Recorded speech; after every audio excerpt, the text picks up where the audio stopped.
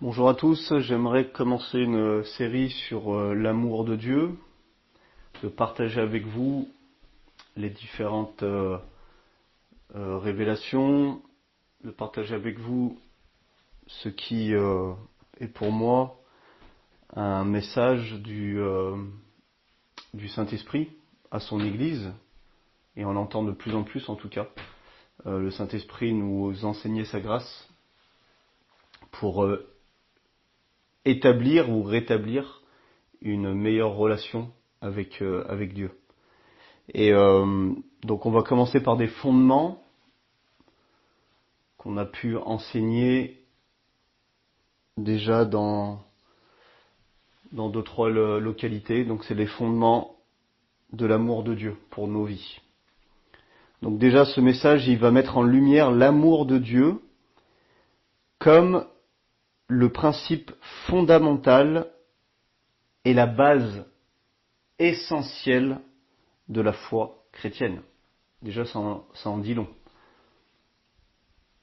Ça veut dire quoi? Ça veut dire que si nous nous appelons chrétiens et que tout ce que nous vivons, tout ce que nous faisons n'est pas basé sur l'amour de Dieu, c'est que déjà on s'est éloigné de l'essentiel et qu'on est en train de vivre une religion.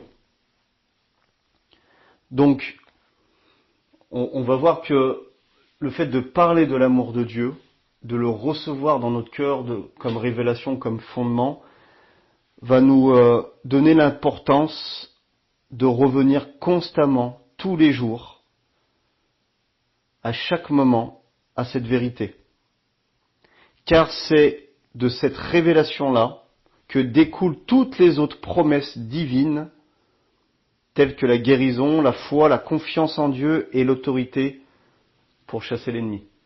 Tout dépend de la révélation de l'amour de Dieu que Dieu a pour nous. Donc, le plus important n'est pas de savoir comment nous aimons Dieu, mais de recevoir constamment, de révélation en révélation, de quel amour et comment Dieu nous aime. Voilà le plus important. C'est de comprendre et que cette parole soit révélée dans notre cœur, comment et combien Dieu nous aime. Et on peut le savoir par notre intelligence, mais il ne faut surtout pas que qu'on reste sur cette compréhension comme quelque chose d'acquis. Parce que c'est là le piège. Parce que si on prend ça comme quelque chose d'acquis, je sais que Dieu est amour et que Dieu m'aime, mais cela est juste comme une doctrine de plus dans notre carquois de doctrine, eh ben on va, comme je vous dis, s'éloigner petit à petit de la véritable relation avec Dieu et on va devenir religieux. Mais cela doit être constamment approfondi par la méditation de la parole, l'écoute d'enseignement et le service pour le Seigneur. Donc pour cela, il est crucial de faire de la recherche de cet amour une priorité en y consacrant du temps et peut-être en faisant des sacrifices, comme en enlevant du temps aux activités mondaines, la télévision, le téléphone, ou d'autres activités qui va nous donner des excuses à dire qu'on n'a pas le temps. On peut se lever plus tôt le matin. Parce que cette recherche de l'amour de Dieu n'est pas pour les paresseux. Ce n'est pas quelque chose qu'on peut transférer d'un chrétien ou à un autre. C'est en recherchant de tout notre cœur, comme le dit le Seigneur.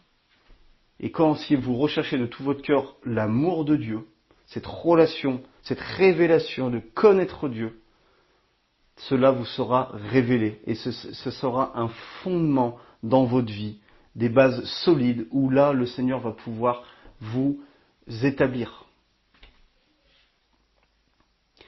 Donc, premièrement, dans cette étude, on peut noter que l'amour de Dieu est constamment en mouvement. C'est-à-dire qu'il est constamment en mouvement vers l'humanité, et non l'inverse.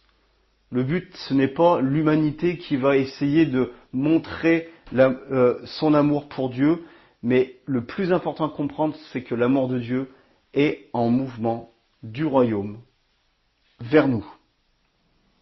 Il a toujours agi envers nous, venant à nous avant même que nous fassions quoi que ce soit, et même dans nos pires états de péché. Et on voit que cette pensée, cette parole va s'opposer justement à la pensée religieuse qui conditionne l'amour de Dieu à des actions. Comme l'amour humain qui attend constamment un retour. Et on peut dire que je t'aime si, je t'aime quand, je t'aime parce que. Cette mentalité ne doit surtout pas être en nous face à Dieu, dans notre relation avec Dieu et avec les autres. Parce que si on a cette mentalité en pensant que Dieu est comme ça avec nous, on l'aura aussi avec les autres, automatiquement. C'est pour ça, je vais le répéter souvent, mais la grâce de Dieu ne nous emmène pas à plus pécher. Au contraire, plus on va goûter à son amour, plus on va être meilleur avec nous-mêmes et avec les autres. Aime ton Dieu de tout ton cœur, et après ça emmène à quoi? À aimer son prochain et à s'aimer les uns les autres. Et à aimer son prochain comme soi-même. Donc l'amour de Dieu, comme tout le monde le sait, est inconditionnel. Mais comme je vous dis, dans l'Église on le sait. Mais est-ce qu'on le vit vraiment? Parce que si on le vivrait, il ne devrait plus avoir aucune culpabilité chez les chrétiens. Et je peux vous dire qu'on en est très loin. La culpabilité activée chez une personne, chrétienne je parle, est la preuve que vous ne vivez pas la grâce de Dieu. C'est la preuve. Et vous allez voir, on va le développer, c'est vraiment la preuve. Donc c'est pas pour un jugement, mais au contraire, de dire Seigneur, si je vis la culpabilité, c'est qu'il me manque encore quelque chose. Je vais rechercher cette chose. Nous n'avons pas besoin d'être le chrétien parfait pour recevoir son amour. Au contraire, c'est lorsque nous nous sentons faibles et incapables que nous pouvons mieux le recevoir. Et c'est souvent comme ça. C'est souvent quand tout va bien, c'est pas qu'on s'éloigne de son amour, mais on va vivre avec et on va le remercier. Mais quand tout va mal, là souvent on va aller en recherche de plus de son amour, de plus le sentir parce que c'est vital. Le premier passage qui est le plus connu du Nouveau Testament, c'est Jean 3,16. Car Dieu a tant aimé le monde qu'il a donné son Fils unique. Déjà, comme on l'a dit, l'amour de Dieu est un don. C'est un mouvement qui a été initié par lui. Il ne s'est pas forcé, on ne l'a pas obligé. C'est son initiative. Le terme qu'on va voir après, qui est afin que quiconque croit en lui ne périsse point, mais qu'il ait la vie éternelle. Le terme quiconque, il est tellement important dans ce passage. Parce qu'il va inclure absolument tout le monde, sans distinction de pureté ou de gravité de péché. C'est-à-dire, on va prendre la jeune fille de 14 ans qui est pure, et on va le mettre au même niveau que le tueur en série ou le violeur. Et ça, pour notre compréhension humaine, ce serait presque même injuste. C'est pour ça, n'essayez pas de vous justifier par vous-même, avec votre moralité judéo-chrétienne parce que vous allez vous tromper. La justice de Dieu est une folie pour le monde et même pour notre propre justice. Vous imaginez, le quiconque, c'est tout le monde. Mais il faut savoir que l'amour de Dieu est assez grand pour écraser tous les péchés. On a l'impression qu'il y a des péchés qui sont impardonnables. Et on entend souvent même ça dans l'Église. C'est triste. Ça veut dire que notre cœur est encore endurci. Ça veut dire qu'on n'a pas encore compris l'amour de Dieu et la puissance de son amour. Le sang de Jésus a couvert tous les péchés passés, présents et futurs. Tous les péchés. Il n'y a pas de niveau de péché. Et ce quiconque, il est super important aussi parce que il va annuler toute œuvre humaine. Tout ce que l'homme peut essayer de faire pour mériter quoi que ce soit. Ça va le raser. Parce que c'est quiconque. Celui qui fait, celui qui ne fait rien. C'est super important de comprendre cela. Et je vais vous lire qu'il y a une parabole qui est un peu longue, mais on est obligé de la lire ensemble par rapport à ce côté cet amour de Dieu, cette bonté de Dieu, qui nous montre aussi sa justice, qui est complètement à l'inverse de la nôtre. Et ce passage, c'est dans Matthieu 20, de 1 à 16, et vous le connaissez.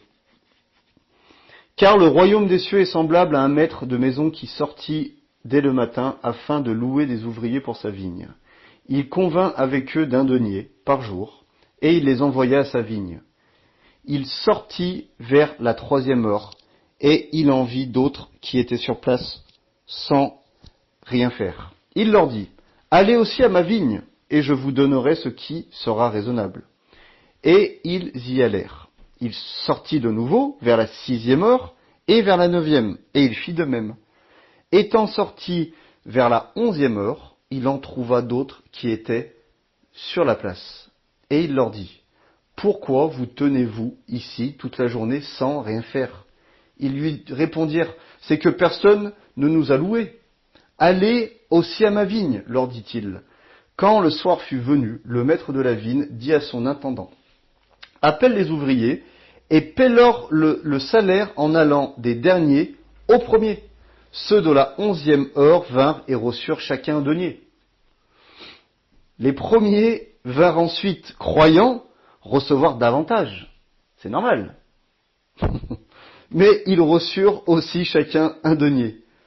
En le recevant, ils murmurèrent contre le maître de la maison et dirent, « Ces derniers n'ont travaillé qu'1 heure, et tu les traites à l'égal de nous, qui avons supporté la fatigue du jour et la chaleur ?» Il répondit à l'un d'eux, « Mon ami, je ne te fais pas tort. N'as-tu pas convenu avec moi d'un denier? Prends ce qui te revient et va-t'en. Je veux donner à ce dernier autant qu'à toi. Ne m'est-il pas permis de faire de mon bien ce que je veux? Ou vois-tu d'un mauvais œil que je sois bon? Ainsi, les derniers seront les premiers et les premiers seront les derniers. » Ce passage va montrer l'état de votre cœur par rapport à la justice de Dieu et à sa bonté. Quiconque ne mérite pas l'amour de Dieu. On peut dire aussi quiconque mérite l'amour de Dieu. Toute personne n'a pas mérité d'être aimée par Dieu, mais Dieu a pris la décision d'aimer tout le monde. Le premier comme le dernier. Le pur ou saint comme le dealer et le tueur. Il n'y a pas de distinction. Et c'est ça qui est vraiment merveilleux.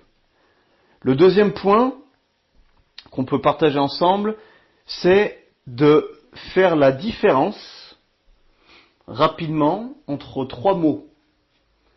qui est la pitié, la sympathie et la compassion. Et les deux premiers sont des réactions complètement humaines. Je ne dis pas que c'est négatif, mais c'est complètement humain, voire même charnel. Le troisième, c'est une réaction divine qui vient directement de Dieu. Donc la pitié, c'est ressentir de la peine pour quelqu'un avec un niveau de jugement ou une condamnation dans notre cœur. Par exemple, si seulement il arrêtait de faire ça, de se droguer, de boire, etc. Si seulement il pouvait arrêter de boire, il irait mieux. Donc on va passer devant une personne, on va avoir pitié de cette personne, mais dans notre cœur, il va y avoir ce jugement. Donc la pitié va ne mener à rien du tout, à part de juger. La sympathie, on va plus ressentir une émotion pour quelqu'un.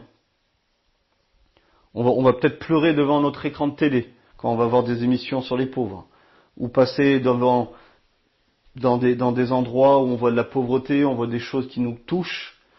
On va sentir des émotions, mais on va garder nos distances. Cela ne va pas nous emmener à rentrer dans une action. Alors que la compassion, vous pouvez retenir que c'est l'amour de Dieu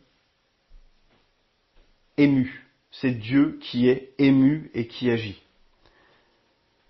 Parce que la compassion va toujours amener à l'action. Regardez Jésus dans les évangiles, 13 fois, ça a été marqué dans des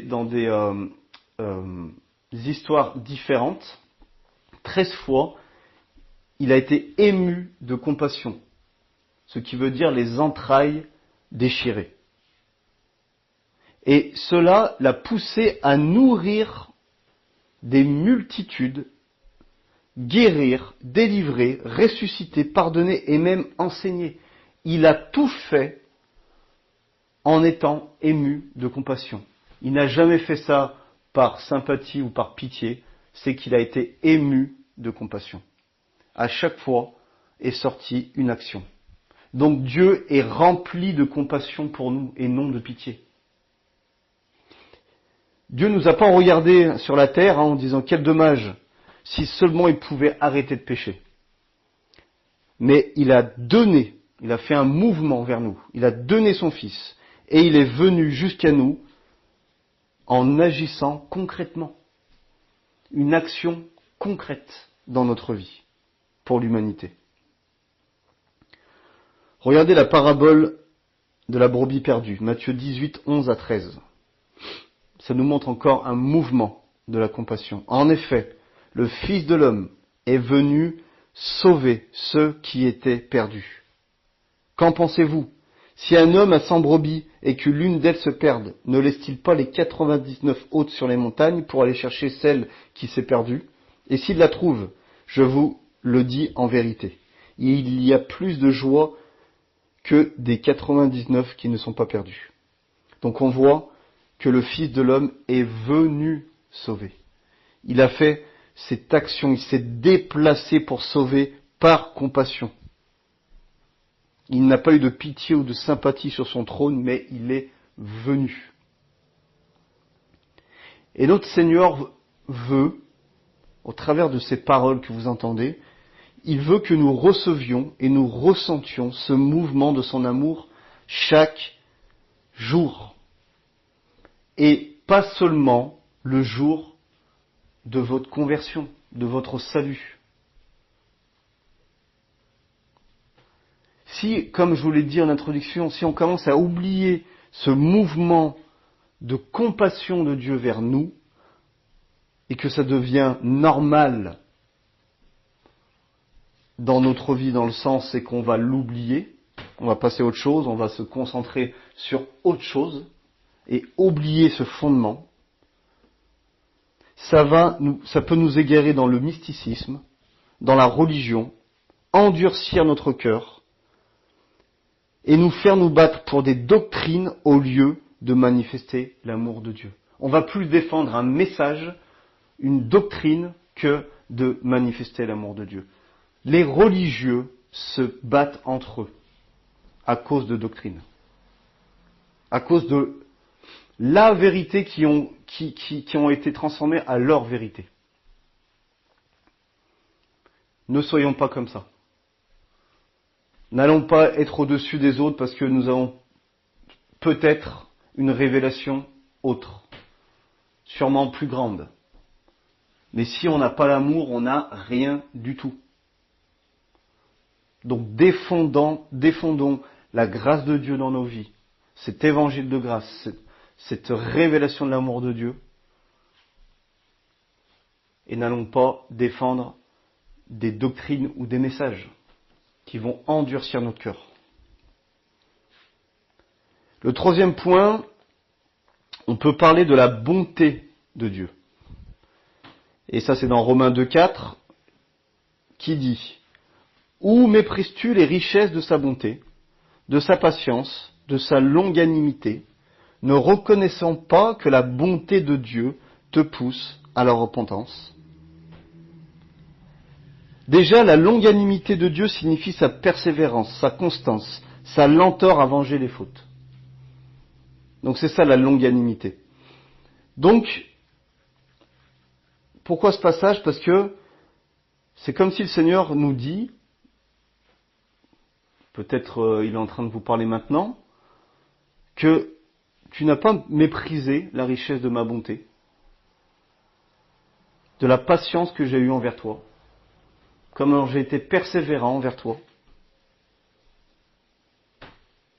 pour que toi-même, aujourd'hui, tu sois pas bon avec ton frère, que tu sois pas patient avec ton frère, que dès qu'il fait une erreur, tu as un cœur de jugement, de condamnation.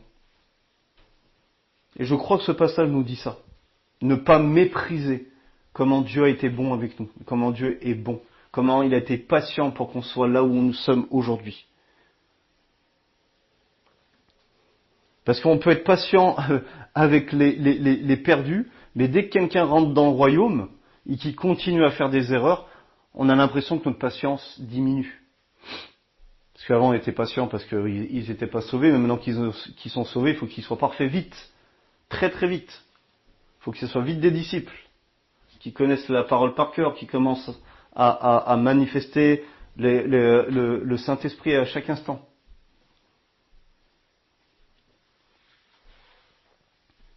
Donc au lieu de forcer les nouveaux convertis à obéir en leur donnant des listes de choses à faire, et c'est souvent les mêmes choses qu'on s'impose nous-mêmes, c'est pour ça qu'on les impose aux autres, on devrait les laisser simplement être aimés par Dieu et les conduire sur son chemin, leur enseigner l'amour de Dieu, la grâce de Dieu, parce que c'est ça qui pousse l'homme à la repentance. Je crois que la seule et véritable repentance biblique, c'est quand une personne prend la décision de suivre Christ parce qu'il a été touché par l'amour de Dieu, parce qu'il a ressenti la première fois un toucher de l'amour de Dieu. Mais si vous pouvez savoir que dans l'Église, vous avez des frères et des sœurs, peut-être que vous connaissez, qui, ça fait 10 ans, 15 ans, qui ont donné leur vie à Jésus. Et que 10 ans, 15 ans après, ils ont pour la première fois un toucher de Dieu. Pour la première fois, ils vont ressentir l'amour de Dieu. Donc ils ont été 15 ans, 20 ans dans de la religion. C'est tellement triste. On leur prêchait un évangile qui les met sous la loi. Tu dois faire ci pour être comme ça. Par peur de l'enfer, ils ont suivi Jésus, sans avoir goûté à l'amour de Dieu. Et là, il y a une véritable repentance de leur vie, et des choses se déclenchent. Donc, emmenons ce message de la repentance, mais qui a été conduit par une expérience de la bonté de Dieu à leur égard. Et là, on aura des personnes repenties, baptisés d'eau et d'esprit, qui seront prêts à marcher, à vivre pour Christ, par son amour, transformés par son amour, qui va radicalement leur faire perdre tout désir de péché, bien plus que nos propres efforts. C'est la puissance de la grâce de Dieu. On craint encore la grâce de Dieu pour les nouveaux convertis parce qu'on pense qu'ils vont plus pécher. Mais c'est tout simplement, et on doit se repentir de ça, c'est tout simplement parce qu'on n'a pas confiance au Saint-Esprit. On doit leur mettre des choses à faire. Il faut qu'ils obéissent absolument, presque forcés à obéir. Et on va être content quand on va les voir obéir, mais s'ils obéissent par obligation, c'est tellement nul aux yeux de Dieu. Et il y aura aucun fruit, parce qu'ils vont faire semblant pendant un moment. Et malheureusement, tout ce que je vous dis, c'est pas pour... Là, tout ce que je vous dis, c'est des témoignages de ce que j'ai vécu personnellement. Et ce fruit-là, en gros, ce sera un fruit pourri, il n'y aura pas de fruit, justement. Alors que quand ces personnes sont touchées par l'amour de Dieu, par la grâce de Dieu, ils vont de eux-mêmes à chercher à servir Dieu, à se sanctifier et à vouloir rentrer dans la vie de disciple. Justement, la grâce de Dieu, pour le 4e point. Une définition que j'aime, une définition, comment on va dire expliquer la grâce de Dieu. La grâce de Dieu est la connaissance que Dieu nous aime inconditionnellement. Premièrement. Que nous ne méritons pas son amour. Deuxièmement. Et qu'il nous aime de la même manière hier, aujourd'hui et éternellement, quoi que nous faisons ou ne faisons pas. Troisièmement. Donc je répète, la grâce de Dieu est la connaissance que Dieu nous aime inconditionnellement. Que nous ne méritons pas son amour et qu'il nous aime de la même manière, hier, aujourd'hui et éternellement, quoi que nous faisons ou ne faisons pas. Donc la grâce de Dieu, la véritable, n'est pas une excuse ou une licence pour pécher. Et on voit que les cœurs religieux ont du mal à laisser la grâce de Dieu agir pleinement, parce qu'ils craignent que sans limite, sans moralité, sans loi, les chrétiens chutent et pêchent constamment. Mais quand on regarde bien, que ce soit dans la parole de Dieu, c'est très bien expliqué, c'est qu'on n'arrive pas à l'accepter, parce qu'on n'a pas confiance au Saint-Esprit. Même si on regarde que l'expérience de nos vies et de la vie, pour ceux qui veulent faire des disciples, mais le fait de leur dire de faire ou pas faire, est-ce que ça a changé des vies? Est-ce que ça donne plus de puissance? Parce que dans la parole, Paul il va dire dans Romains, j'ai pas mis le verset mais je pourrais vous le donner une autre fois, que la puissance du péché, ce qui donne de la puissance au péché, c'est la loi. Donc plus on va leur donner des choses à faire ou à ne pas faire, plus on leur donne encore plus de tentation, on donne encore plus de puissance au péché pour qu'ils chutent. Mais s'ils découvrent par des enseignements de la parole, par la révélation de la bonté de Dieu, de la grâce de Dieu, de l'amour de Dieu, que eux-mêmes ils le découvrent, eh ben je peux vous assurer que cela va les libérer. C'est comme de dire à un fumeur d'arrêter de fumer, il le sait que c'est pas bon. Est-ce que c'est à force de lui dire qu'il va arrêter? Je ne crois pas. Un jour, il aura une conviction, une révélation. Il va être enfin prêt à vouloir essayer d'imaginer d'arrêter, parce que il va sentir l'amour de Dieu. Il va le faire plus pour Dieu que pour lui-même.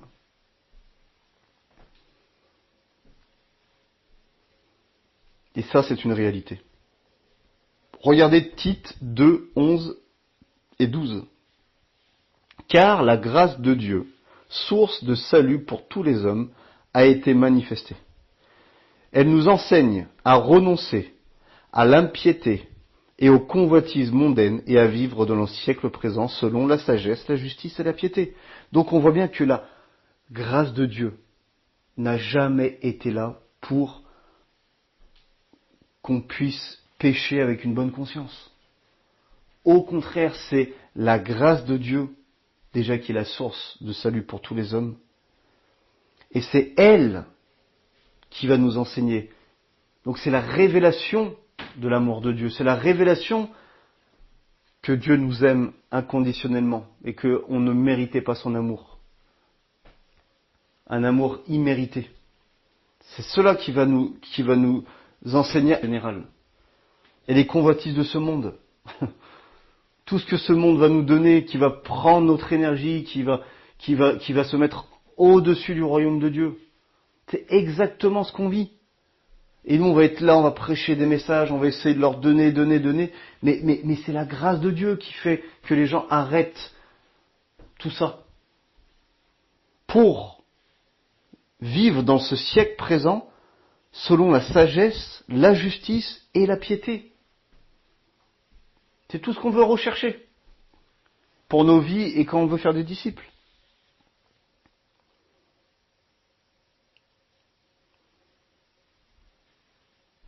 Ensuite, on peut parler de l'assurance de l'amour de Dieu, et avec un passage que vous connaissez bien, qu'on va prendre verset par verset, c'est Romains 8, 32 à 39.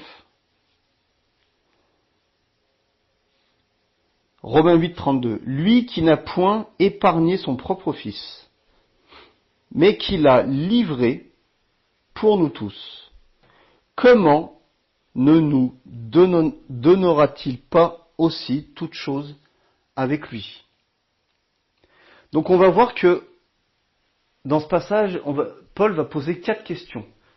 Et ces questions, vraiment, il faut les retenir. Et il faut qu'on se les pose à nous, aujourd'hui, personnellement.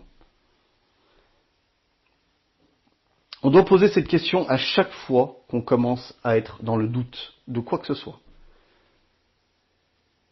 Comment ne nous donnera-t-il pas aussi toutes choses avec lui?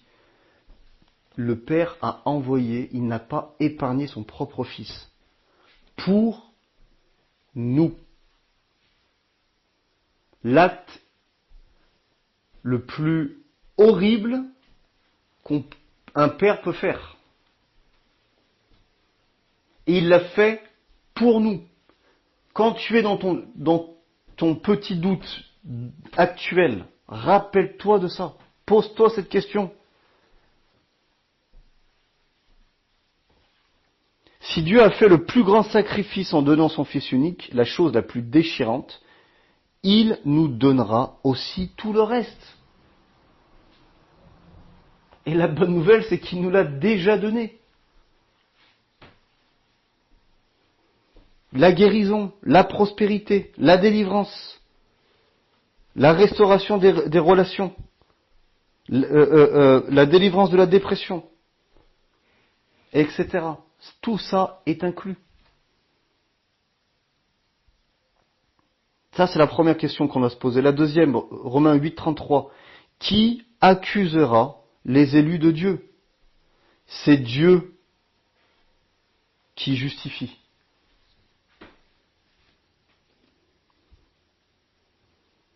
Seul Dieu nous justifie. Aucune loi, aucun homme, aucun pasteur ne peut nous justifier. Nous sommes déjà justes en Jésus-Christ. Donc face aux accusations de l'ennemi dans nos pensées, tout commence dans nos pensées. Ou autrement, des accusations qui vont être utilisées par les hommes.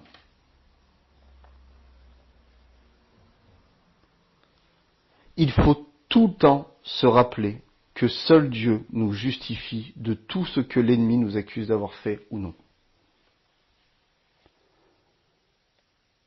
La religion va former des chrétiens qui se sentent accusés de ne pas en faire assez. Et à cause de cela, ça va les empêcher de goûter à la grâce de Dieu.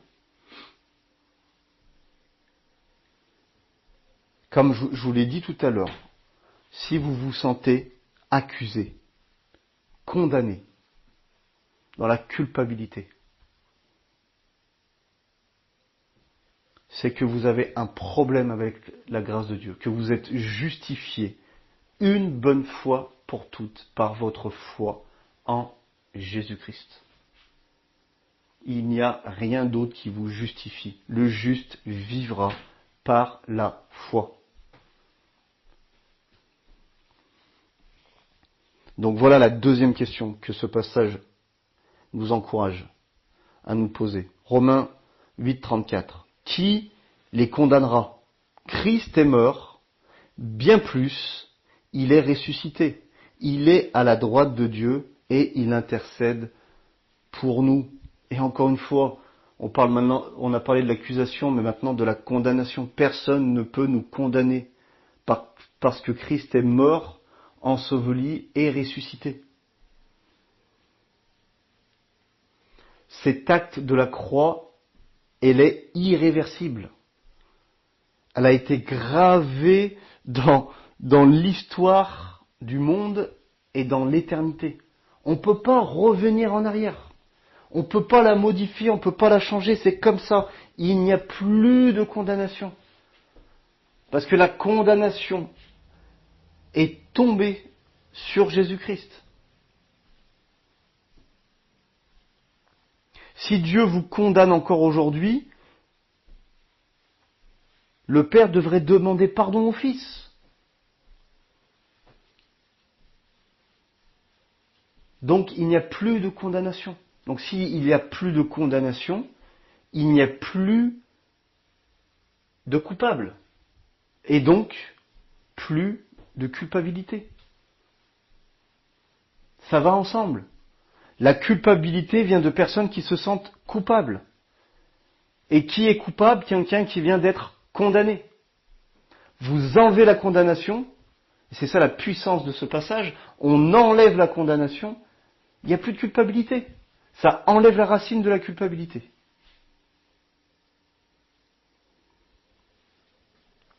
Christ intercède constamment pour nous auprès du Père. Et il va affirmer combien nous avons de la valeur à ses yeux. Parce que il nous aime. Non pas parce que pour ce que nous ferons ou ne faisons pas, il nous aime. Un point, c'est tout. Acceptons-le simplement. Romains 8, 35. Qui nous séparera de l'amour de Christ? Encore une question.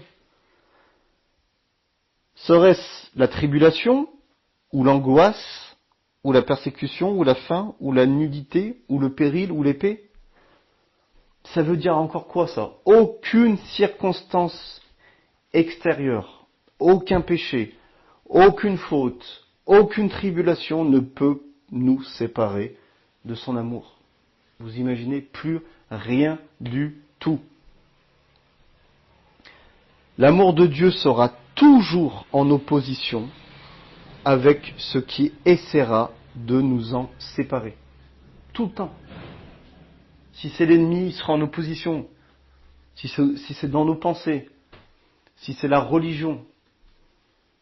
Vous vous rappelez comment Jésus était en colère contre l'esprit qui était derrière les pharisiens. Il n'était pas en colère contre l'homme, le pharisien, la personne, mais c'était l'esprit qui était derrière.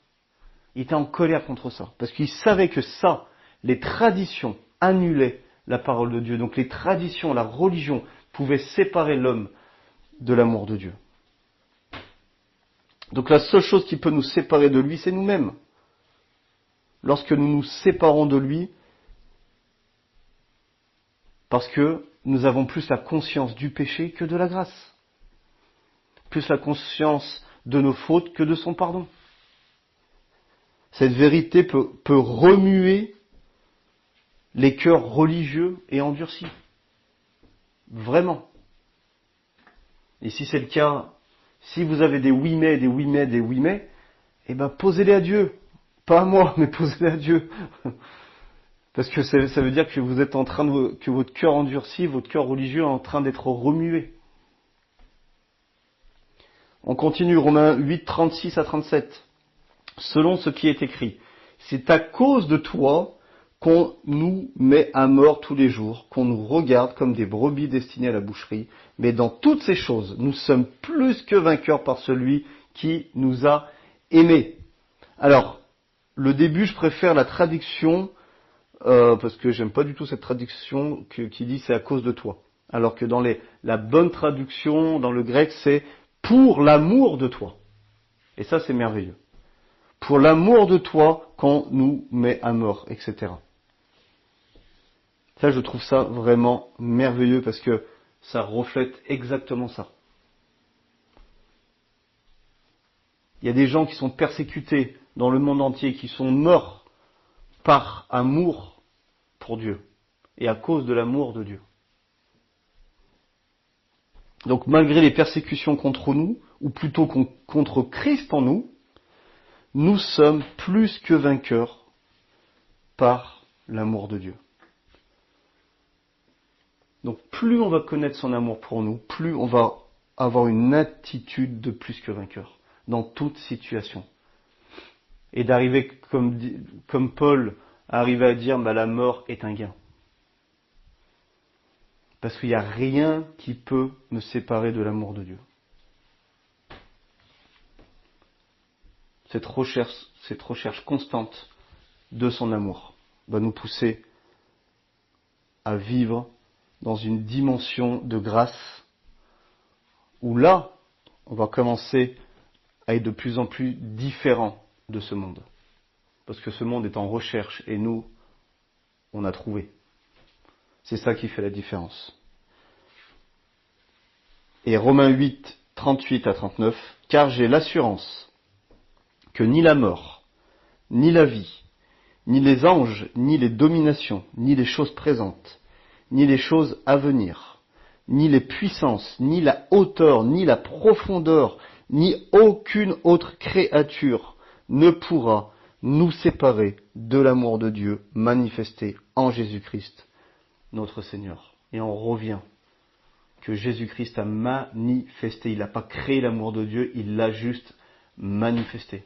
Ça veut dire qu'elle a toujours été. Donc tous ces versets nous offrent l'assurance ultime que rien ne peut nous enlever de l'amour de Dieu.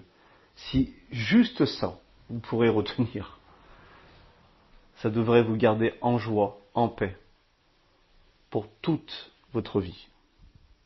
Donc répondre à ces... Plus on va avoir une bonne conscience. Mais ça va être le contraire. Toutes les œuvres qui vont sortir de nous sera tout simplement le fruit de cette relation.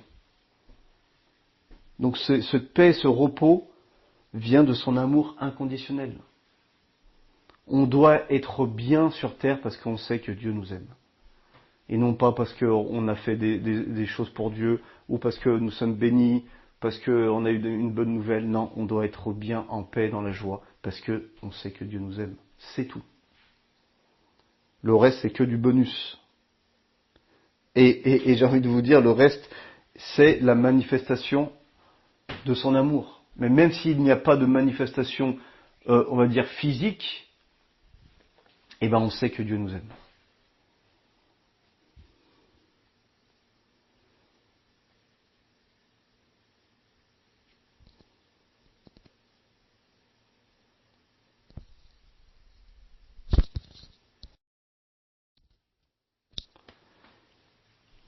Et pour finir, on va prendre encore 2-3 passages, toujours sur l'amour fondamental de Dieu. C'est dans Tite 3,4. Mais lorsque la bonté de Dieu, notre Sauveur, et son amour pour les hommes ont été manifestés. Comme on l'a vu dans Romains 8, comme on l'a vu dans Tite 2, encore une fois, dans Tite 2, d'ailleurs c'est très parlant parce qu'il dit « La grâce de Dieu, source de salut pour tous les hommes, a été manifestée ». Et là on voit qu'on parle de la même chose, sauf il va dire la bonté de Dieu et l'amour pour tous les hommes. Donc on voit c'est la même chose, la grâce de Dieu, la bonté de Dieu, l'amour de Dieu, c'est la même chose. Et encore une fois, elle a été manifestée au travers de l'œuvre de Jésus-Christ. Ça ne veut pas dire que ça a été créé, mais ça a été manifesté. Ça fait partie de la nature éternelle de Dieu, qui a toujours été ainsi. Dieu est amour. Et l'envoi de Jésus-Christ, qui est mort sur la croix pour nous, ça représente tout simplement la preuve et la manifestation concrète de cet amour, de cette bonté, de cette grâce pour tous les hommes. Ensuite, Tite 3, 5 à 7. Il nous a sauvés, non à cause des œuvres de justice que nous aurions faites, mais selon sa miséricorde, par le bain de la régénération et le renouvellement du Saint-Esprit. Donc on voit que le salut est une action divine, est un don qui vient de Dieu. C'est lui qui fait les choses. C'est un don qui vient de Dieu, mais accepté et reçu par l'homme. Parce que moi, si je donne un cadeau à quelqu'un, il ne le reçoit pas, est-ce que ça veut dire que je ne suis pas bon ? Non, c'est que la personne ne reçoit pas. Donc c'est exactement pareil.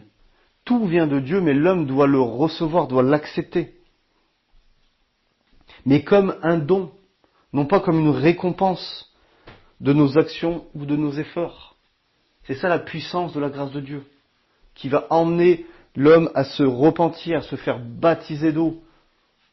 C'est ce bain de la régénération et le renouvellement du Saint-Esprit, le baptême du Saint-Esprit, tout ça n'est qu'une preuve manifestée de l'amour de Dieu pour nous. Ça vient de lui, c'est pas nous qui faisons.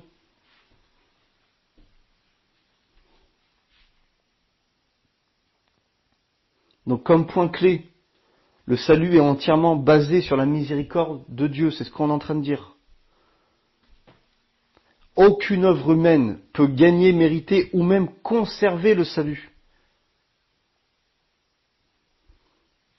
Et encore une fois, la religion va emmener les gens de croire que l'on doit constamment s'améliorer ou faire des choses pour obtenir ou conserver le salut.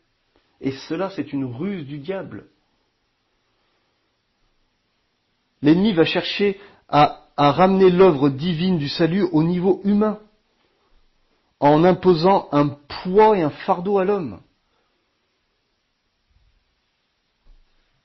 On ne peut pas porter cela. C'est un don de Dieu qu'on doit juste recevoir. On ne peut pas l'obtenir. Mais pour vous, le salut, c'est tellement clair. Mais le salut comporte tout le reste. C'est le même terme pour la guérison, pour la délivrance, pour la prospérité, pour la bénédiction. On arrive facilement à le comprendre pour le fait de dire qu'on est sauvé. Mais pour Dieu, être sauvé, c'est pas juste un ticket pour aller au paradis. C'est aussi pour recevoir tous les bienfaits de la croix. Donc ayons la même foi dans le terme sauvé, mais aussi pour la guérison, la prospérité, etc. Parce que ça en fait partie. Donc on est, mes bien-aimés, on est appelé à accepter la grâce de Dieu, telle qu'elle est. Et si on a encore des choses qu'on ne comprend pas, allez demander au Seigneur, qui vous révèle votre cœur, qui vous emmène à enlever tout ce qui est encore dur, religieux, traditionnel, et laisser cette grâce vous transformer. Et c'est au travers de sa grâce que Dieu va nous enseigner, va nous éduquer, afin que nous soyons meilleur et non pas par notre propre capacité ou nos œuvres religieuses ou légalistes.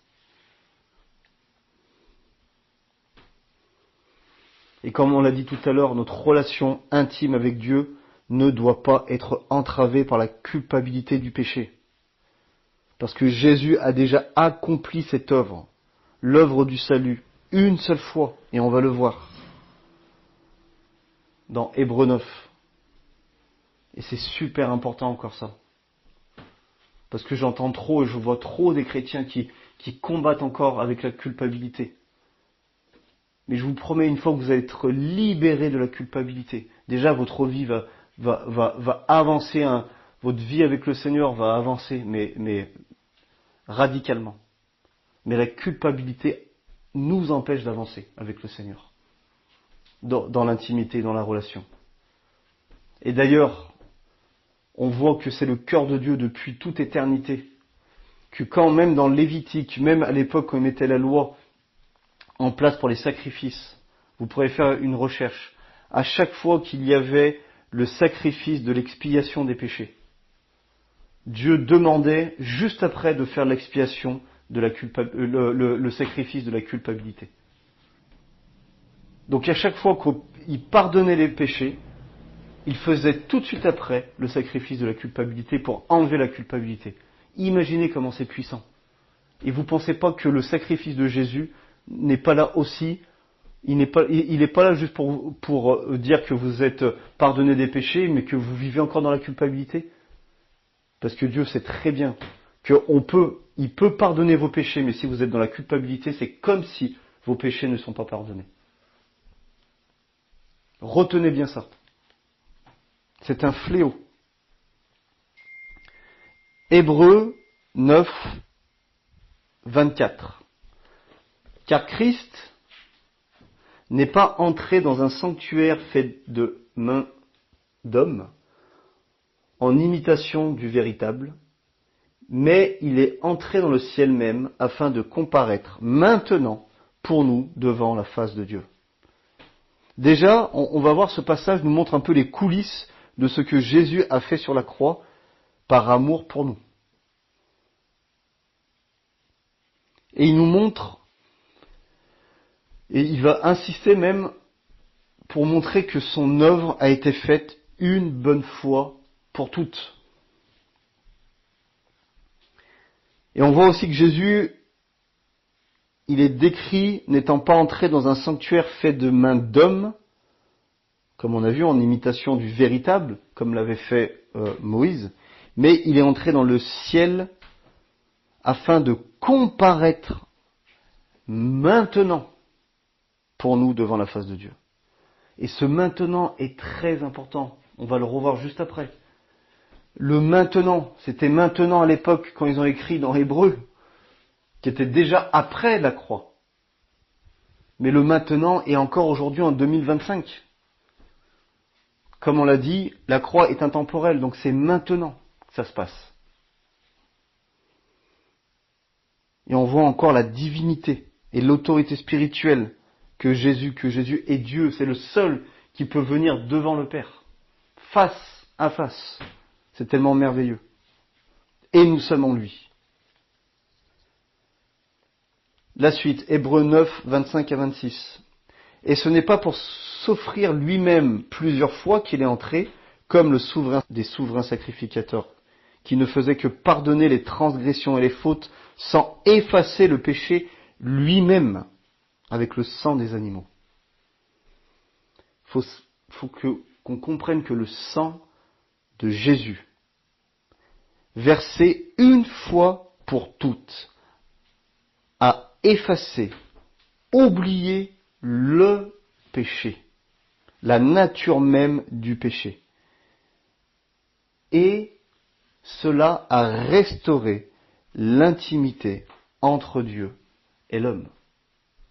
Donc l'œuvre de la croix, ce n'est pas juste d'avoir pardonné le péché, mais c'est le but ultime, c'est d'avoir rétabli la relation avec Dieu. C'est ça le plus important. Tant de chrétiens vivent une vie avec un Dieu sauveur, Ils savent qu'ils sont sauvés, mais ils n'ont pas de relation. On a loupé l'essentiel du salut.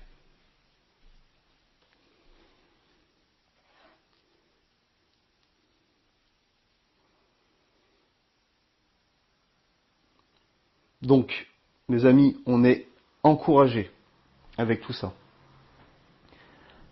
à rejeter l'idée que le péché doit être constamment géré par des actions supplémentaires ou des sacrifices répétés comme dans l'Ancien Testament. Il y a tant de doctrines, tant de rituels, parce que pour moi c'est tellement des choses de la pensée de l'Ancien Testament, qui est aujourd'hui encore dans l'Église, charismatique, évangélique, où on va faire des œuvres, des actions, des rituels de demande. C'est d'être ni dans le Nouveau Testament, ni dans l'Ancien, à 100%. C'est d'être entre les deux. Parce que quand on vit dans cette nouvelle alliance qui est basée sur la grâce de Dieu et rien d'autre, et que on vit aussi un petit peu dans nos pensées, dans notre tradition, comme si on était encore dans la mentalité de l'ancienne alliance. Je vous dis pas de la loi de Moïse, on n'est pas juif, donc c'est rien à voir avec ça. C'est la mentalité de l'ancienne alliance, c'est de la loi pour se justifier. On devient des personnes sans âme, des personnes détruites.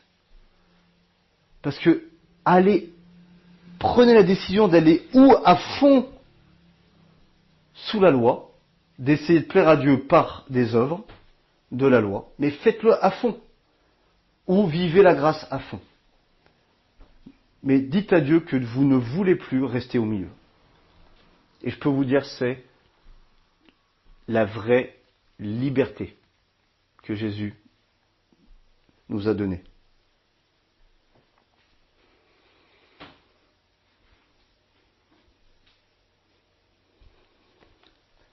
Donc la conclusion, c'est que la grâce de Dieu est un don gratuit qui se manifeste par l'œuvre salvatrice unique et suffisante de Jésus-Christ.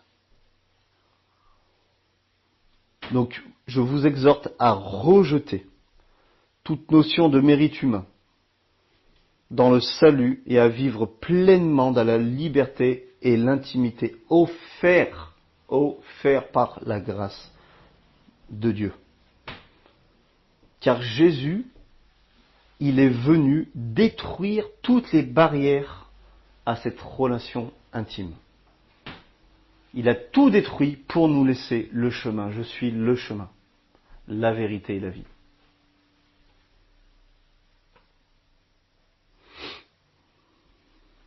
Donc vraiment, je vous invite à rechercher cela. Recherchez l'amour de Dieu. Que Dieu vous aime, sans condition, sans limitation. Je vous invite à vous mettre à part et à goûter encore plus en profondeur cette grâce. Afin que vous soyez transformés au travers non pas une nouvelle doctrine que vous venez d'entendre, mais transformés par la relation véritable et unique qu'on peut avoir avec Dieu. On ne peut pas avoir une autre relation avec une personne comme ce qu'on peut avoir avec Dieu.